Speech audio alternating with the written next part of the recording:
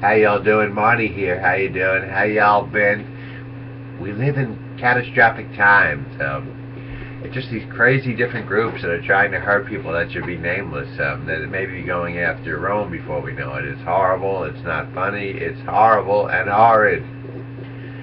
Anyways, enough about my people. But anyways, I just want to ask you all a question. Marty, without Martin Scorsese, I'm sure all of your lives would be changed dramatically and altered dramatically and differently. I'm sure all your lives would be completely different. Who out there, raise your hand, would be a completely different person without Martin Scorsese in the universe? All of you, I hope. No one? Not much? No one? Hello? Hello? So I'm busting in all my people from Italy for my next film, and it's going to be an exciting thriller.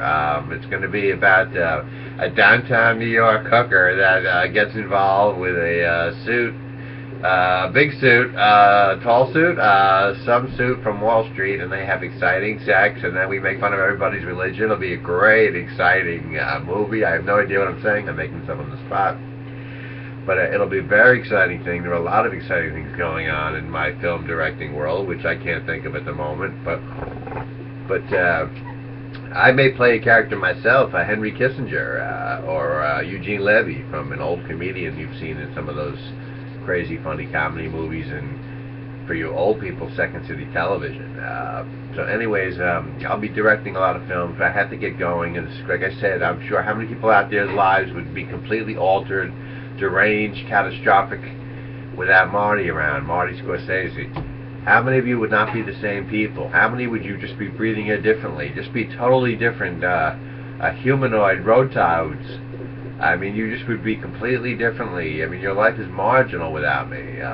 Anyways, thanks a lot. I'll be talking to Bobby De Niro and Joe Pesci and Harvey Keitel and Leonardo DiCaprio and that short fat Jewish dude, Scott, whatever his name is. Is it Scott? Scott Hill? I get his name wrong. He's the one who works for minimum wage on all my films. Basically works for free, just to, he mops the floor and cleans the toilet. Says, Jonah Hill, that's his name, I'm sorry. Yeah, he works for free in all my films. He basically cleans the toilet and listens to me pass gas as Leonardo DiCaprio bangs all these hot chicks in the next stall. It's very exciting. It's an exciting workplace. Like I said, I'm sure your lives would never have, all of you, your lives would be majorly altered without Marty here. So soon, check out for my upcoming film about a hooker with a man wearing a suit. He could work in Wall Street. Very similar. I can't give away details. I don't know them at the moment, but it's going to be very exciting, and I'm sure you're going to all think it's just a fantastic, fabulous film that goes through decades and decades of research through different robotic humanoids that actually want to come to work in suits and dramatically alter the landscape of our environmentally non-sound mafioso of infrastructure, grammatical academy, Soho Film Festival, dramatic, altered, biological, diabolical, scheming, schizo, cinematic, film poetically, cinematic, schematic, cinematic, sin for an addict. Oh man, that's horrible. Scott Weiland died. That's all I just found out. That's horrible. STP. R.I.P. Scott. Anyways, I'm just trying to get serious on you now. This is some horrible news that just came in. Anyways, in the music world, but I'll go back to having Bob Dylan kiss my ass like he's been doing with everyone lately. Every Italian, whether it's Frank Sinatra, myself, or other people like Neil Young and John Lennon's old birthplace, even that schlep from New Jersey, Bon Jovi, Springsteen, whatever his name is. So he'll be forever kissing ass to all of us Italians. Bob Dylan, thanks.